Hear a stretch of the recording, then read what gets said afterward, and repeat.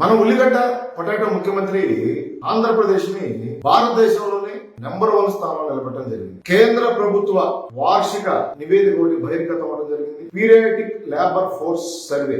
ఆ సర్వేలో ఆంధ్రప్రదేశ్ నిరుద్యోగ శాతంలో భారతదేశంలోనే నంబర్ 1 స్థానంలో నిలిచింది. మన నిరుద్యోగ శాతం ఎంతయ్యా అంటే 24%. అంటే ఈ రాష్ట్రంలో చదువుకున్న లక్షల మంది విద్యార్థులు నిరుద్యోగస్తులుగా మారడానికి కారణం ఒక అసమర్థుడైన ముఖ్యమంత్రి పరిపాలనలో ఈ రాష్ట్రం ఉండటం. ఈ సైకో జగన్ రెడ్డి అధికారంలోకి వచ్చిన తర్వాత ఈ రాష్ట్రంలో విధ్వంసమే తప్ప ఉపాధి గాని అభివృద్ధి గాని జీరో.